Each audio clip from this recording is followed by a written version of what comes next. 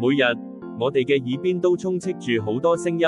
社交媒體嘅喧囂，生活嘅壓力，世界嘅誘惑。呢啲聲音好容易令我哋分心，甚至迷失咗方向，唔知道自己真正嘅心應該歸向邊度。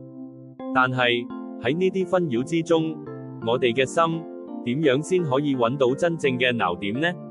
聖經申命記13章4節就清晰咁話我哋聽：你們要順從耶和華你們的神，敬畏他，謹守他的誡命。呢句經文提醒我哋，無論世界點樣變，無論有幾多誘惑同挑戰，我哋都要堅定不移咁愛神，